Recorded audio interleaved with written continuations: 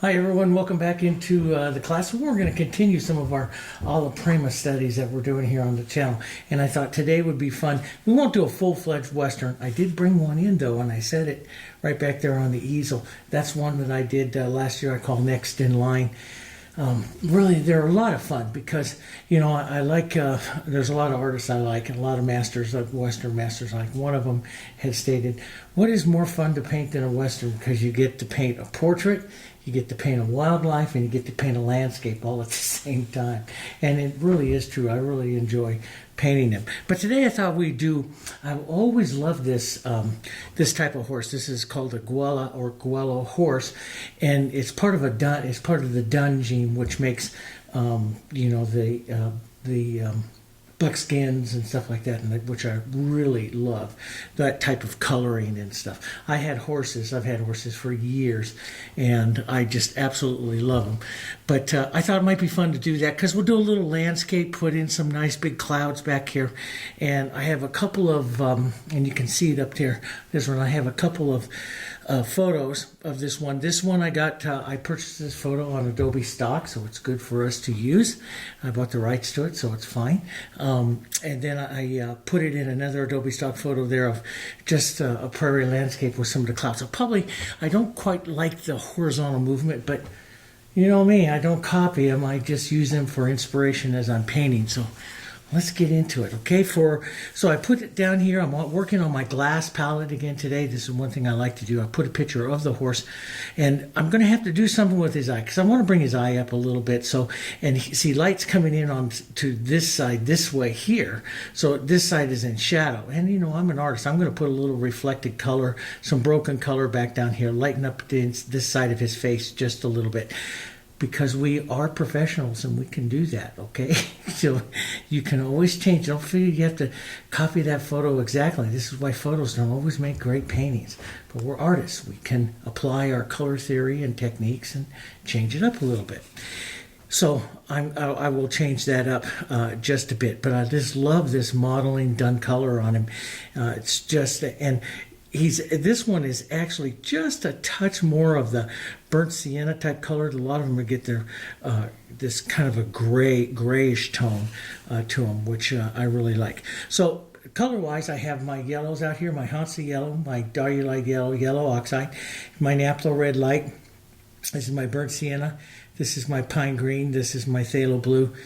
This is red violet, this quinacridone violet, and white. Now I put out quite a bit of white because one of the things I did, this is the open medium that we have been using with the Alla Prima, and so I put that out there. This is my little cap of extender, but I took some open medium and I pre-mixed it up into my white today. And that's something that I do sometimes on roses and other things. I'll extend my white since it's a color that goes into almost everything, and so sometimes if you forget to add stuff, having a white that works slower is really kind of a great thing. So let's get into it. I'm going to use my long handle brushes. This board right here that I put it onto, this is a tempered masonite board, and I just give it a real thin coat of what we call our canvas prep medium, which is kind of a whitish kind of color. That's all it really needs. And then I did a little bit of sketching here, sketched on. It's just almost a slight oval and one here for his head, and then join it with two lines. It's really kind of easy. And, you know, and I made him, he's about 11 inches top to bottom here. It's about the size of the photo that I have here. So he's about 11 inches here, 11 inches high on this. And I'm using that rule. We were discussing this on our heritage group, the rule of thirds. And I'm using the rule of thirds and bringing his main center line over 1/3 of the way into the canvas, opening up this side of the canvas here. And it's just a design philosophy. Those of you that are studying it, there's great information on the internet about it. Those of you that are studying, it's called the rule of thirds, okay? So you can kind of look at that and get that going. Okay, let's start up here. I'm going to take my 1-inch big flat. I'm going to take some extender, and I'm going to go up into the sky, and I'm going to make a real light blue here. This is my phthalo blue and white, and I probably will add a little bit of my quinacridone here to it so it goes slightly violet. I like that. I'm going to have it go slightly violet today. Now, I want this up about a value, which is a mid-tone value 5 right up in here at the top of this. So, matter of fact, let's just bring out a little to find my thing here. Let me just bring out a bit more white and just make this up. So when I use a sky blue like this, I will use it throughout the painting. So I'll take it eventually down into the, and I see I'm just going to model this. I'm not going to mix it like super well. But I will take it down into the prairie. I'll put some of it on the shadow side of the horse here. And so it'll kind of go everywhere. Let's start right up here. And we'll put some of this on and drag this right on down. We'll add more whites to it here in just a moment. Here, so I'll drag that down. Don't know why I even sketched on the idea of those clouds. I just kind of covered it right up. We'll go right up to the top, and I'm just going to add, and this extender going into this, and of course the white already has the open medium here in it, and you can see it just mixes up really nice here. This extender though that goes into this will keep this sky wet for probably the entire time that I'm going to be painting on this. I imagine this depends on how much work I do into the horse and stuff, but I imagine this could take me less than 2 hours or so. And that's all.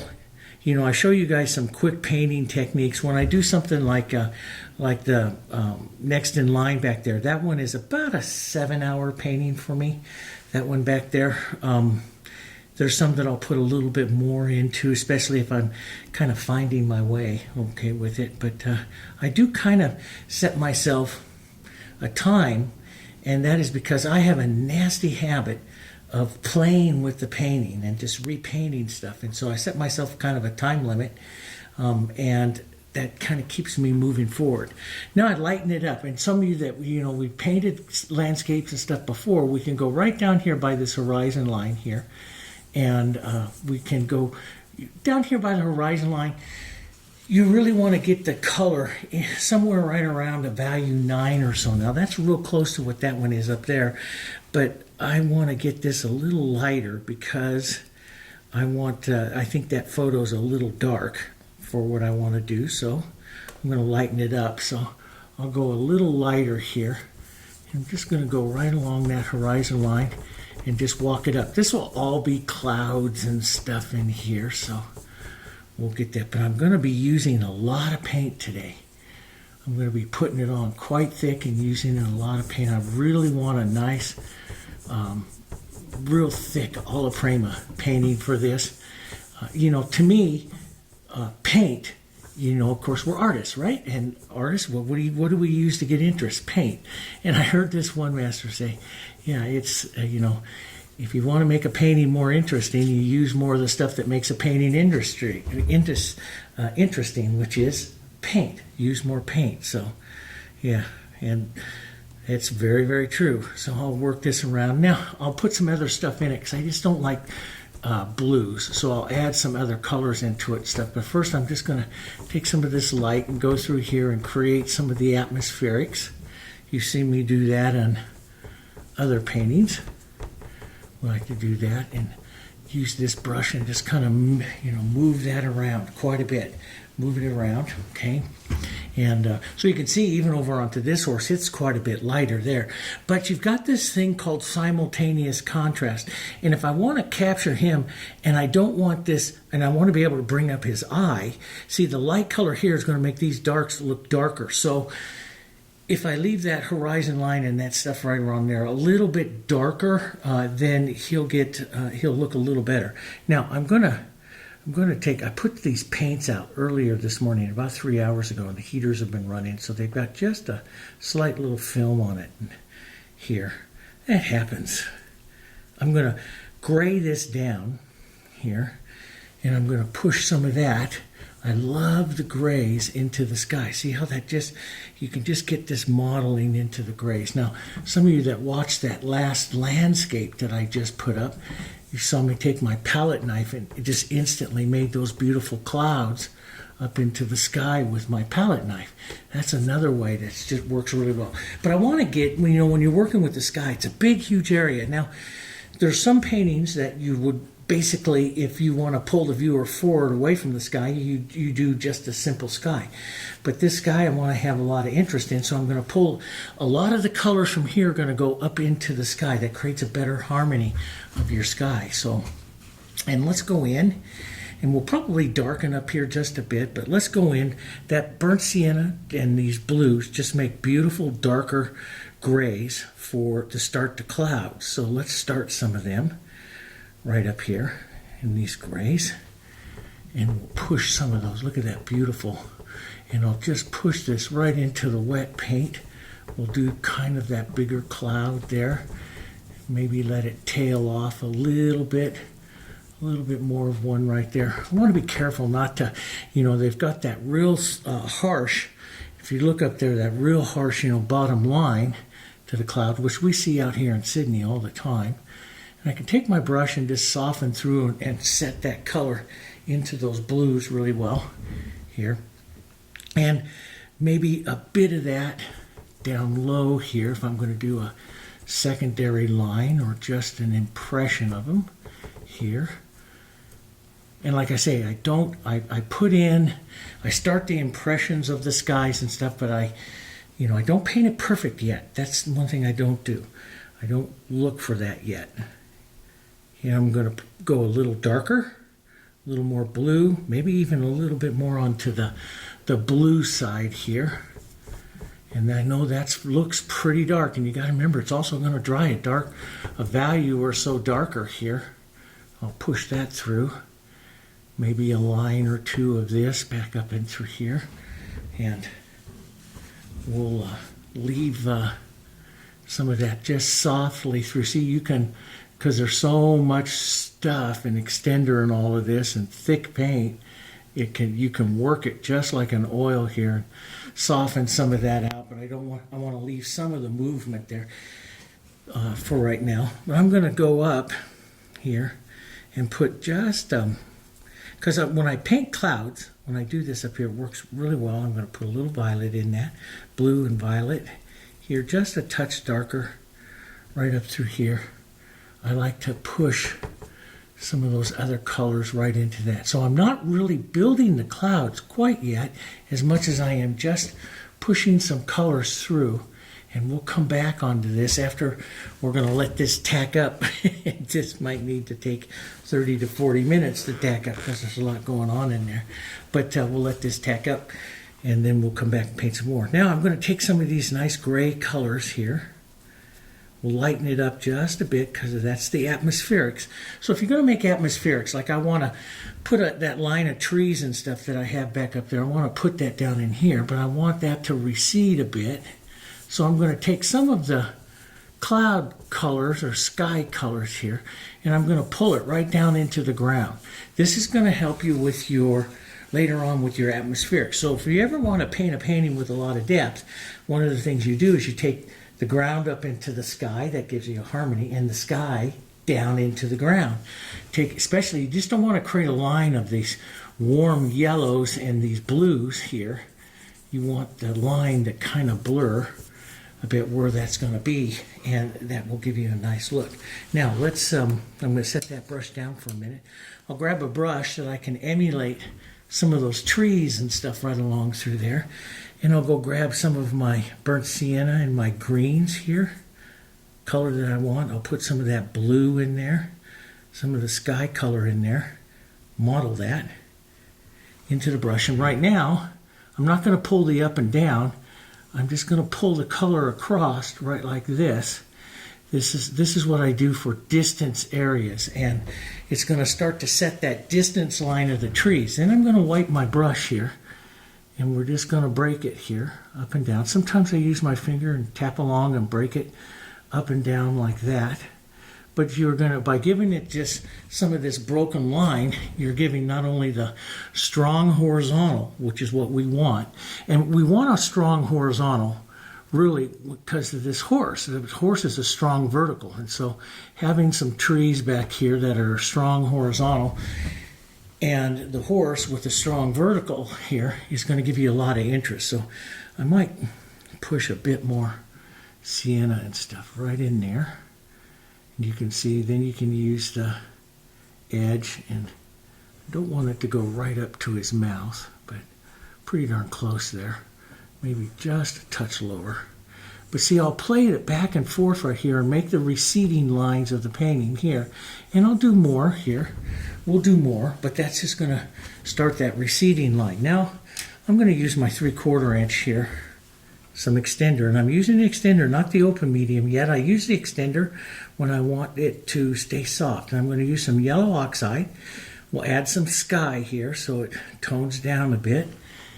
But we already got some blue right in there. And we're going to start some of the strong horizontals here that is going to be into the ground here, and then we'll model it through like that. Okay, we have a lot of color to put on here, but you start it out and it's going to look very blue for just a bit, and that's what you want because the blue is in the receding part of the painting here, see? So we want that to recede, but I want this is what I'm going for. See all this modeling of the color?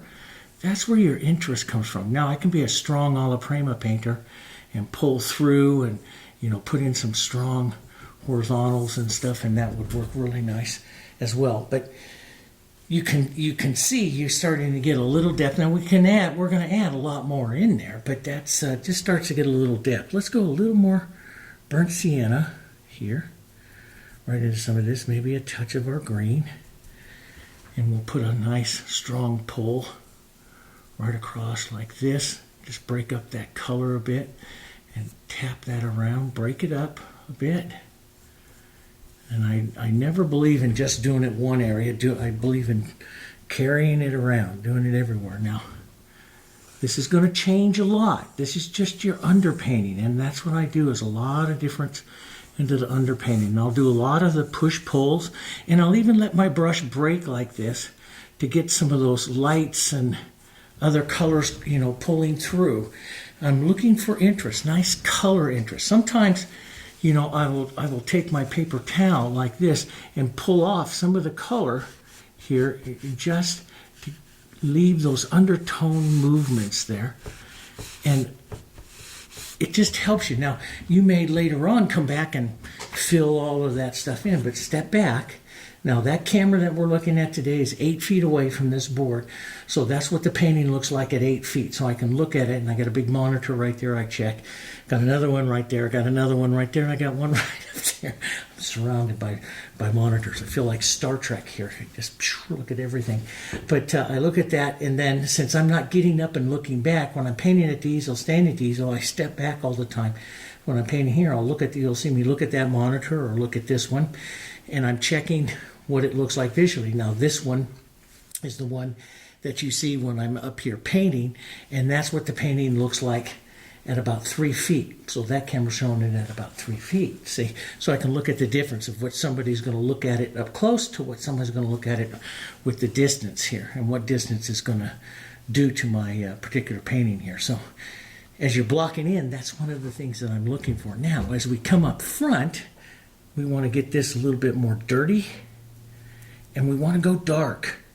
Darker colors advance, and that's what we want to do. So yellow oxide, burnt sienna, and some greens, and we want these dark colors. Now this will all be covered up a little later by some prairie grass and stuff, but we want some of these darks. We'll go ahead and put it in here first. We want some of these darks right in here. And I just might even leave some of this light expression in here, but I'll start tossing it up. Maybe even a little bit of the blue here.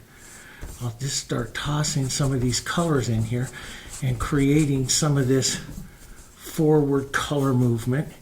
And then to give good depth and atmospheric perspective, as you go back, those colors are going to get lighter and stuff. So we'll need to do that.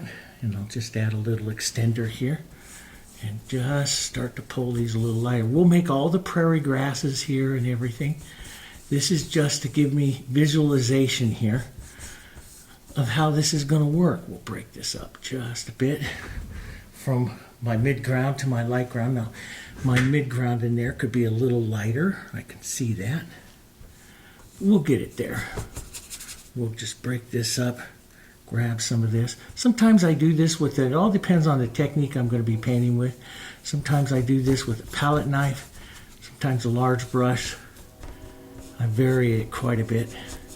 There's a push, we'll just push some right in between over the legs a little bit, since I sketched them once, I can sketch them again here. You can always put it over like that and then just wipe through a bit, and you can see some of your sketch, but just wiping through. Leave it darker up in the front, but just wipe some of this through. Sometimes tap the paper towel so you don't get a tremendous amount of horizontals around there. And you can see just some of the interest that adds into some of those colors there as you're setting it up. And so step back and look, and you see those darks, especially if I go just a touch darker right up here into the front, right up here. You can see what those really do here to the boom, right in here, to the atmospherics of the painting there. That works really well. And since sometimes I will take some of those darks, those colors, and that I'm using here, just model it with a little bit of your blues, and you can restate some of your colors. Now that you know how dark the front is, you can start to put some of these darks back here into the back a little bit more for those trees and stuff that are right along that line, and build those up a bit more. And sometimes I do them really simplistic, sometimes I add more shapes to them and stuff, and I think today we'll do them kind of simplistic here. But I work for a lot of variation of color. Do you see that? And some up and downs. Get some horizontals in there. We're going to use some light color in just a bit to work through those again, but it helps. Now, in the big photo up here, you see that real light color that's right along the horizon there, and I do like that, so I do want to capture that in there. I'll take some yellow oxide, some of my dirty color here, some light, and make a quick statement of it right now, right in there, pulling some of that along. And what I do is I hold the brush very flat and let that paint just run out. Sometimes you hear me just scrape the ferrule right up against the edge of that there, and then I'll push those. Now this color you can see is really wet. See how wet that is? And staying wet because I've added so much of that extender. That'll be wet for a long time. And I'm not, even though I do paint Alla Prima and I like Alla Prima, I'm not a big fan of super wet color anymore because I'm more of an acrylic artist. I like the acrylic to tack up a bit, and it gives me more control over my brush calligraphy that I want to add. So I'm going to let that kind of tack up a bit. But you can kind of see now on that camera, you can see how that is going. Okay, as that's going. All right, let's go in and we'll block in some of the colors here onto our horse. I'm just going to push some of these sky colors up here. Don't want to get rid of it. This is good color, good toning color, so I'll just kind of push it here over to the sides, give an area here, because I could use that color onto the horse, which is what I should do, is use some of that color onto the horse, because that will give him more harmony with the painting itself. So I'll just pull some of this back a little bit lighter here, right along. I love, especially if you have a light undertone. And sometimes, and one of the things I was using, and I was just going to show you guys, but I decided not to do it on this. This is my, a lot of times you see artists work on a toned or pre-toned canvas. This is a board, but I still do the same thing. And this is Indian yellow and burnt sienna and a little yellow oxide. This is one of my favorite toning canvas. And what I do is I take a sponge and I run over the whole thing and it pre-tones it. But I still like to leave it slightly on the light. That's why it's thin with a lot of water. I like to leave it slightly lighter because I like to pull color off. So I do a lot of put the color on and pull color off to get a lot of interest and stuff through clouds and sky and along the edge of those trees and stuff like that. I like to do that pulling the color off bit you know, works really well for me. Okay, let's go in. Let's just pull a little bit of this blue off of his face here, so we don't, because it's kind of thick right there. So we'll pull that off, maybe off of his mane and his rump here just a bit. This we can kind of leave down through there. That's okay. So we can kind of see him there just a bit more. And we'll come in and we'll start to paint him. You can use any size brush that you want here to paint him. I'm going to start out kind of large, like an 8. This is my 8, and then I'll go from there. And I'm going to work him like a Premier Coup, which is I go from a dark to a light. So I'm going to take some of my burnt sienna, a little bit of blue, a little bit of violet here. This is going to be, and I'm going to vary those colors. Burnt sienna, sometimes a little green, but a little blue, a little violet here into these greens, and you get all these darker tones. You can head more violet, more blue and burnt sienna, you get these really dark tones for him here, which will be, you know, he's got the dungeon, he's got these real darker legs. So we'll just, his nice knobby knees down here towards his fetlock, and we'll just drop that in. And we'll probably cover up his hooves and stuff like that with grass as we make that. But I step way back onto the brush, and I'm just going to drag this in and let some of it model up with the colors that are already there on the canvas here.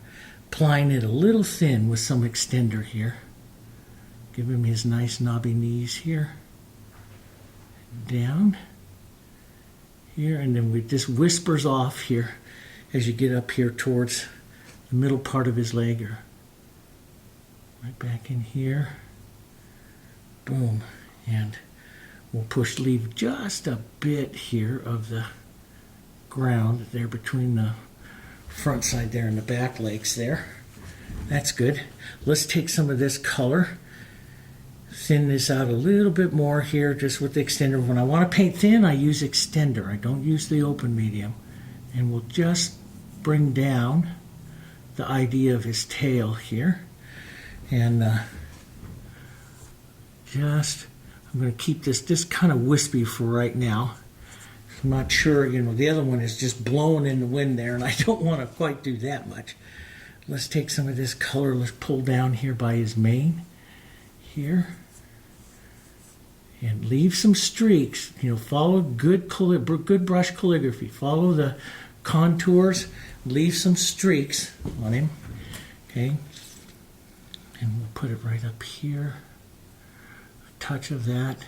It gets the color. I'll be doing a heck of a lot more, but that just gets the color. Now, let's warm this up with a little bit more burnt sienna. We'll go into a touch of our light, maybe a touch of the blue, which will help you start to gray this up. See this grayer color here that's going to start making these tones in here.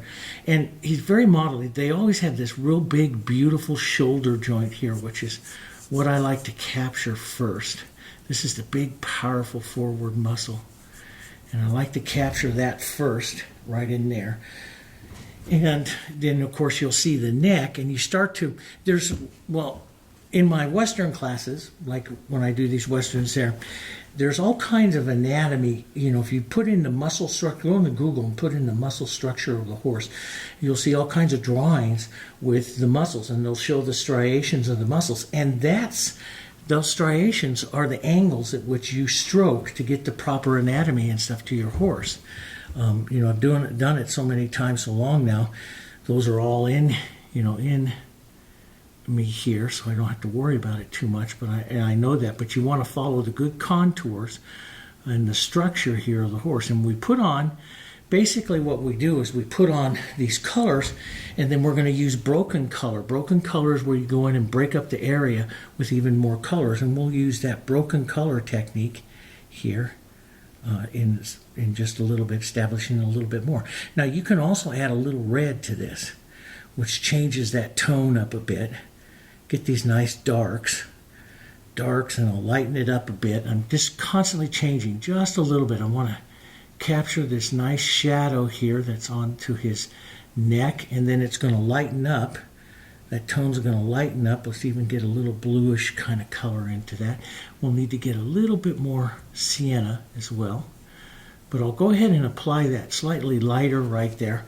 And then, so you can see I'm really that color right in there. But I really got to get it more sienna as I come down here. So just step down and start building some different grays for your horse here. Even take some of this. Darken that sienna down just a bit, or gray it down, tone it down. Then add a bit of white, and you'll see you'll start to come up with the colors you see there. Now you'll see more streaks, but look through some of these sienna colors here, and you see this other kind of tone color here. We're going to want to apply all of that. Now this is his big throat, and it just kind of rounds around. And that's going to dry a little darker, so I could be a touch lighter. And I might even add just a touch of yellow, or even some of this Darulite here into this to make it and get this a touch lighter, because it's going to dry a little bit darker. And just capture real quick. Now we'll change these colors and do more, because I'm going to do a lot of broken color on him, because that's just the way he is, his coloring. And I want to do that broken color on there to capture him. Okay. So that's going to go down there pretty nice. Now let's just go ahead and drop down here a little bit more. Up around, I'm going to look at that. That's probably around the value 7 or so. Here, let's get a lighter. Let's gray that. Put just a bit of the blues and stuff into that as well. We're actually looking for that color there, which you can see could have a touch of red into it too. Not that much, Dave. Don't you just hate it? You just touched too much and you just destroyed your color. So you get to mix it again. Yeah, I don't care for that too much, but that happens. That's called going too fast. Slow down just a bit. Now we'll get that color a little, there we go. Get that color a little closer to what it needs to be over there. Now, it's acrylic, so it's going to dry darker. So let's get it just a touch lighter. Value or so lighter. Let's come right over here and let's get that shoulder stroke in onto the opposite side there where that light is on him. We'll push that in. This can also go back here onto his rump, onto this side, but it'll go probably eventually a little lighter here. Okay, so it'll go a little lighter over there later. Let's take a stroke of that down here on the front of his face and over his eye socket here. Now we may want to make some of this lost. You know, I'm not real sure. You know, some of those edges lost, and bring the forward part of his edges in there. But that gets your lights, and now you can see you can get a middle tone. We can take some of our darker tone, but see, you can work back and forth up here. I can slide right back up here, not quite to the darkest tone, and we can push that other nice shadow tone right in there. Whisper a bit of it right in there that you see on the barrel there. And let's go, now you can see this tone over there is a little bit more red, but I'm going to go just a touch more burnt sienna, a little darker. Let's get a little yellow into that and see how close we can come here. Let's go a little lighter here, always watching to that. And you can see I'm pretty close, but I'm a little dark, see, because it's an acrylic, right? So let's get it a little bit lighter. And that's a good tone. Give the side plane here of him. This is going to be rounding down here. So let's put a bit of that here onto his rump. Maybe just a hair bit different. As I go into the half tones, I'll just be making a lot of small tone adjustments and basing him in, or blocking in with these different tones, kind of like what we do with rocks and other things. Now that tone is pretty close for right now. I can probably carry it right down here behind his shoulder just to get that tone in here. Let's put a bit more sienna, bit darker, bit more burnt sienna here, right down in here on the front part of that there, and then maybe back up to here, even a little grayer. Let's put that nice, slightly lighter, and right in here. Okay, so we get some of that coloring in. Okay, and right across the front of his chest here, we can, and there's gray in there, beautiful, that dappling gray that the Grulla horse gets right up in here into his chest. So I added a little bit of sky color It's also going to give nice harmony. Let's use some of this softer gray. Finish off the top part of his legs here. Just model those together for right now. Some of those slightly darker colors can pull right up here into this shoulder and down. Just a beautiful horse. And so since when we moved out to Pennsylvania, we left our horses out on a ranch, let them retire and let them out on a ranch out in California. And I told my wife, I always want to get the horses back again. Of course, out here in Nebraska, we have a few of them out on the farm, but I've always wanted one of these Grulla horses. And I was looking at one the other day. They're like $5,000 for just a nice kind of older, retired saddlebred one. That's what I need to ride, you know. And then I thought, well, my wife said, are you going to get more? Are you going to go back into horses again? Well, I love them. I mean, they're just so much fun to paint, you know. But so you can see we're starting to get some of his coloring here.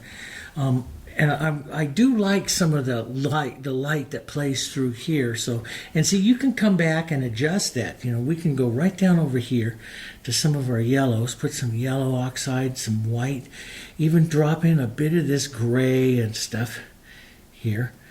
And we can just negative paint right up against the edge of him there with some of this light and work that down. I got to put that other color in there. And work some of this color in like this, just right around where you painted there. Be kind of careful not to, make it look like you've painted around too much, but you can just kind of paint around a little bit. Drop that right in there. I'm just going to keep that tail kind of wispy for now, and see if you like that particular shape there. I'll just kind of push it, but that light. See, I like that a little bit lighter. Matter of fact, he'll pop off even more if I make it a bit lighter. So I think I'll do that. And I'm using just extender here. After I have him all based in here, I'm really going to start into the open medium when I want to get more colors, more broken colors, and more things going on. So you can see that light just pops him up a little bit more. Now don't want to make him look sunken chest like that too much. That's a little too much into his chest. But we'll pull out here. Just pull some of that color out. Well, yeah, that'll be a good color. I guess I better, if we want to paint him, I guess I better put something into his face here as well, so he can start talking to us. There we go. All right, so we have that one shadow. Let's go back up here to some of this softer. And we'll pull down. These are mostly this big side cheekbone here, the side of his face. Just a big pull down stroke will help set that plane. Can have a little more going on there. A little more blue, green, burnt sienna green. Pretty tones all in there. A little bit of the blue. And set that plane in. It's going to be a little bit lighter down there by the bottom of his cheek, so you can see that. So I'll just take a little light there and just state that. It's little, you can see, and it's just a touch more. It's kind of hard, but it's just a touch more to the burnt sienna side. Those are all things after I get the main blocking in, and this is how I do it, and you've seen, those you've watched the channel for a while, you've seen me do this on other paintings. I block in with stuff that's real close, and then my eye starts narrowing down a little bit more. So, and it's like what a lot of artists do, and I do it as well, and they always tell you to squint down, and when you squint down till it's just blurry, it eliminates all the smaller little tones, and you can see the larger areas of just value. And so I go through and I look at that, and I'm looking for just those values and stuff to set those in. And after I get those in, then I will start looking for smaller changes of value and stuff to set the shapes and more interest and stuff. So we'll put a little bit there. We'll put a little more burnt sienna in it, right down into here. And Get that lower part here, right in there. That's good. Get some of those colors in now. It's a little bit more burnt sienna, and I kind of like that. I'm going to kind of maybe think about leaving that. I'm going to take a little bit of the blue right into some of these grays up here. Let's put in, they have a very strong eye socket, big bone over their eye socket here. So we'll go ahead and capture that. We'll take some more of this dark and just drop that down. Just drop a plane stroke right down here. So he's going to have a side plane here, which will indicate with the small brush pulling some strokes down like that. And the slightest little movement down, you can start to see that, see?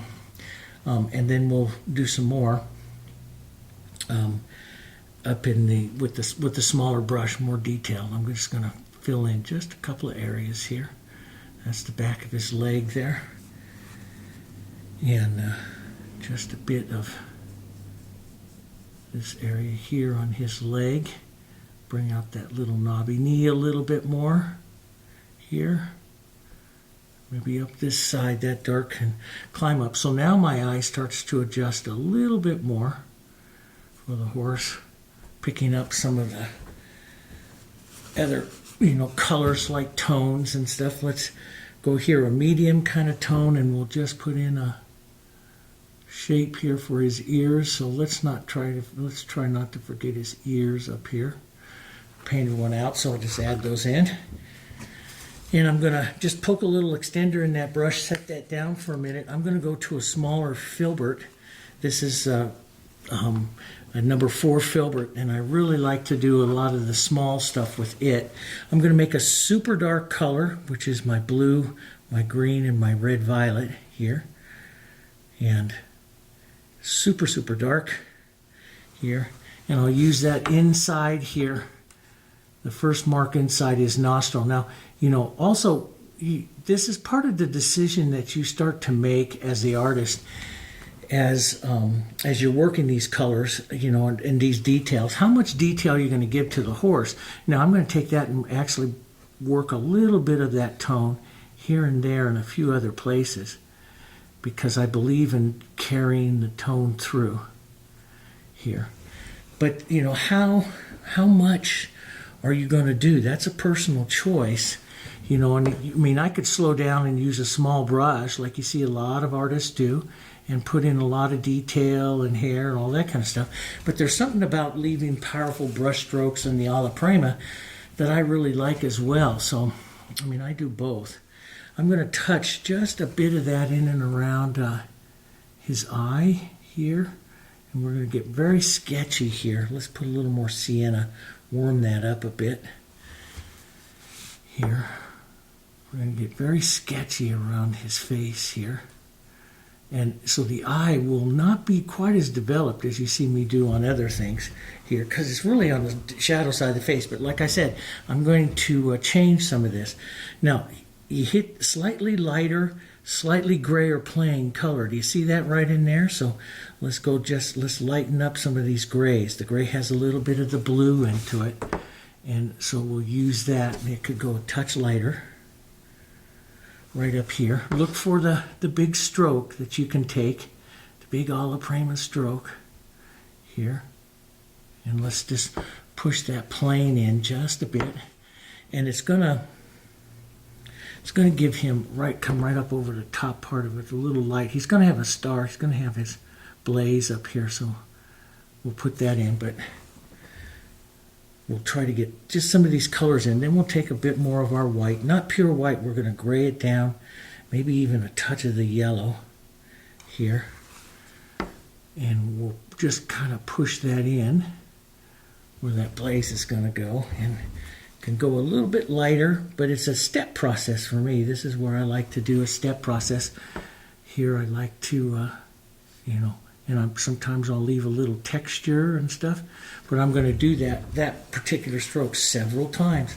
Let's put the little bit more burnt sienna light lower part of his mouth. Up here and around the front part of the mouth, they get very much a flesh tone.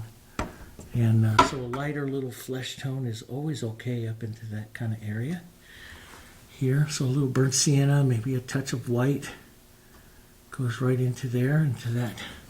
Some horses will have just an entire fleshy tone nose. All different kinds of colors and things here. But you see all those nice modeling the colors that you get in there and those smart work. It starts to look okay even at this point. You know, he starts to look, he's got a beautiful horse. It starts to develop, and we haven't really done any of the major movements of shape. Now I'm putting in just a bit for that lower mouth, his lower lip here, and let's just keep that kind of loose for right now. A good way to say it. Let's take a little bit of burnt sienna with this, and I'm thinking where his eye is going to be in this socket, I'm going to put a little bit of burnt sienna right in there to warm it up. I know that's really hard to see, but you should see it from my point. It looks fantastic. I know it's hard to see. And some of the things, you know, you put those in because what happens with a viewer, and I watch people who look at my paintings all the time, and you put that in, and they start getting closer and closer and closer to see it, and they see it. You know, they may not see it from 5-6 feet, but they get closer and closer, and it draws them into the painting, and artists do that. That's another technique, to draw a viewer into the painting. It's a wonderful one. So you don't always have to make it crystal clear that you can see it, you know. Let's take a little red, a little blue. That's nice. Let's keep it just slightly, a little green, a little in there, but a little red and blue. Slightly different tone here. Let's capture that larger right up here by his mane. We'll grab that other darker stroke. Slightly different tone. So even though I'm stroking this again, I'm using a slightly different color now, bringing it out. So, and it keeps you from getting just one color into your painting here. Let's pull down. Just kind of streak that down a bit there. To give him just a feeling of his the top up there and down along the mane here, bottom mane here. We'll pull some of this out and down here. Can blur some of that. See, I like the blurry edges of some of that, so I'll just take my finger and run it back through that and distort that edge. So sometimes I like that distortion of the edge. You'll find a lot of artists that you'll go back and you'll look and you'll say, okay, I want to push that in. My board's just coming off just a bit here.